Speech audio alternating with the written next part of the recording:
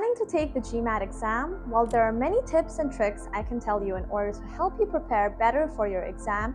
It's equally and maybe more important to let you know the mistakes that you should always avoid. Let's understand this with an example. Suppose you're putting water in a water bottle, but there are a lot of holes in that bottle. Do you think you can ever fill up that bottle? Well, the same is true with your preparation. These mistakes are like holes in your preparation, only these are stopping you from achieving your best. So today, I'll be telling you the biggest mistakes people make when preparing for the GMAT. I've seen these happen way too often, and I want to help you avoid them. So grab a snack, get comfy, and let's jump right in. Number 1, practice test misuse. Now the official GMAT gives you 6 free official practice tests, but here's where people mess up. I've seen people binge on these tests, doing all 6 in like a week or 2. Well, these tests are gold and the best resource which you can use. Here's what I recommend. Take one test every month or so, take the first test to see where you are, and then take the rest 5 once you are done with your prep. Now you should give at least one test every week. Also, more than just taking these tests, it's very important to analyze each test's results and ask yourself some questions, like, what are my weak areas in each of the tests? Are there any common mistakes I tend to repeat? Am I performing poorly in the same section or topics in all the tests? How's my time management? This way, you can actually track your progress over time. It's like taking snapshots of your GMAT journey. You'll see where you're improving and where you might need to focus more. Trust me, it's way more helpful than cramming them all at once. Number 2, non-official test trap. There are many platforms and sites where you can find a lot of those practice tests that aren't made by the actual GMAT people. Don't take these too seriously. I mean, sure, they can be very helpful for extra practice, but don't freak out if you don't do well on them. Why? Well, the official GMAT spends millions of dollars to make their test perfect.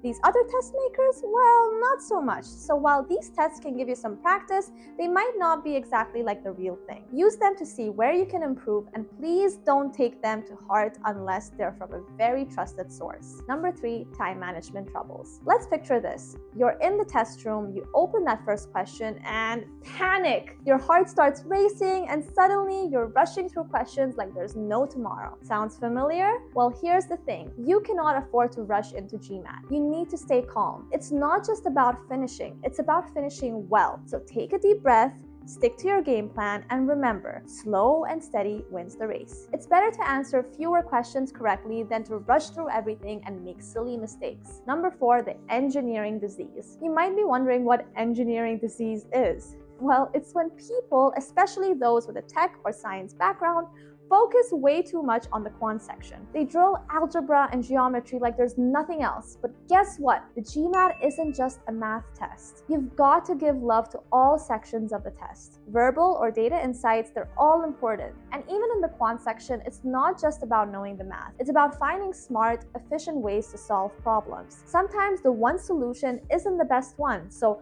broaden your focus and work on all your GMAT skills. Trust me, this will help you a lot. Number 5, the memorization trap. I get it, there's a lot of stuff in GMAT prep, and sometimes we try to cram it all in our brains. But the truth is, your brain isn't a hard drive. It's not meant to just store information. The GMAT is more about reasoning and problem solving than memorization. Sure, there are some formulas and rules you should know, but keep it simple. Keep your mind clear and ready to think. Number 6, topic obsession. Another mistake I've seen tons of people make is getting stuck on one topic. I've seen people spend weeks obsessing over probability or critical reasoning. They think if they just master this one thing, they'll ace the test. But that's not how it works. The GMAT covers a wide range of topics, and you need to be well-rounded. If you're struggling with something, sure, give it some extra attention.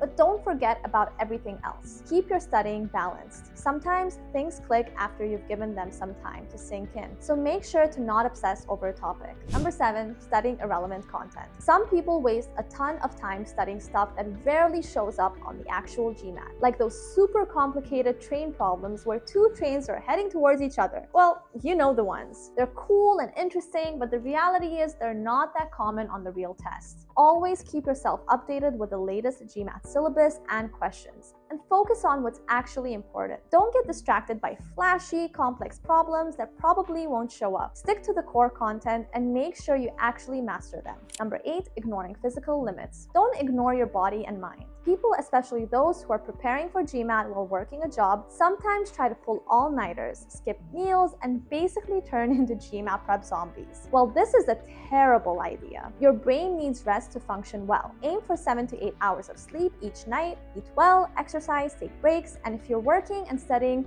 don't overdo it. 2 hours of focused study each day is way better than burning yourself out. It's always a healthy body that complements a healthy mind. Number 9, quantity over quality. Don't fall into the trap of thinking more is always better. Some people brag about doing thousands of practice questions, but the truth is, it's not about how many questions you do, it's about how much you learn from each one. It's way better to really understand 10 good and quality questions than to rush through 100 irrelevant ones. When you do a practice question, don't just check if you got it right or wrong. Analyze it, understand why the right answer is right and why the wrong answers are wrong. This deep learning is what will really boost your score. Number 10, the lone wolf syndrome. Let's talk about a big mistake many bright students make, which is to do everything alone. You're smart, you're independent, you think you can figure it out by yourself. But the truth is, even the brightest minds can benefit from learning from others. Throughout your journey, you often feel like you're the maverick who could solve any problem solo. But you know what?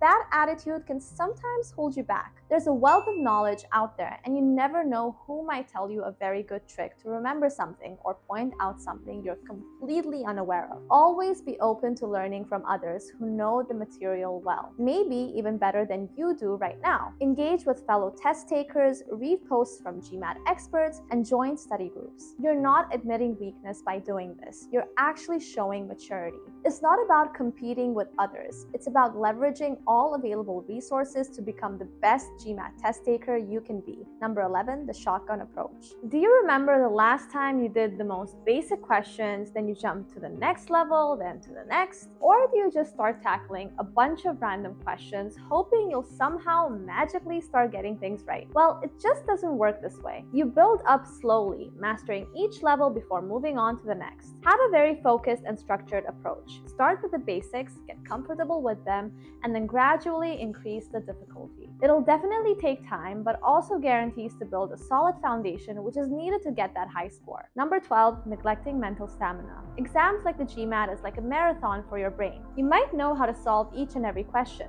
but until you have that stamina to sit in a full-length practice test, you don't really know how mentally demanding this is. You might as well need to build your mental endurance. Practice full tests regularly and learn to push through when your brain gets tired. Some practices like meditation and breathing can help you overcome these. I suggest you stop for 10 seconds when you feel like you're getting tired, take a deep breath, and have a sip of water. You can see the difference already. Number 13, the casual approach trap. I bet many of you might casually approach studying, listening to music or sitting in front of the TV, thinking you're being productive. Well, you're wrong. Don't just casually browse through a book, because I've seen many falling for this trap. It'll not actually help you get any extra scores added to your exam. It's very important to set aside dedicated study time, even if it's just for an hour a day. Create a plan and stick to it. Trust me, 1 hour of undivided attention is always better than 4 hours of divided attention, which not only wastes your time, but also takes up a big chunk of your day in a very unproductive manner. Number 14, failing to recognize failures. This one's tricky. Sometimes you think you're doing everything right and things are going great. But when you see those practice test scores, there's not much improvement, or maybe there's no improvement at all. This might be because you're sticking to a thing that is not right for you. For example, you might be using an old GMAT format book to study. Surely some things have not changed, but it'll hit you when you take a practice test. In the end, it's your prep.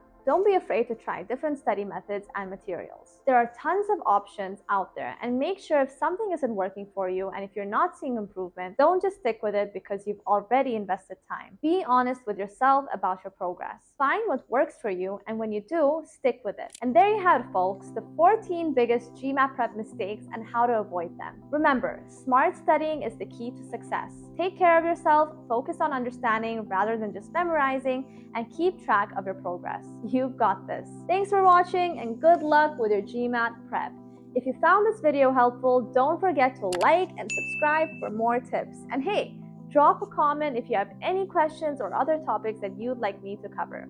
See you guys in the next video. Cheers!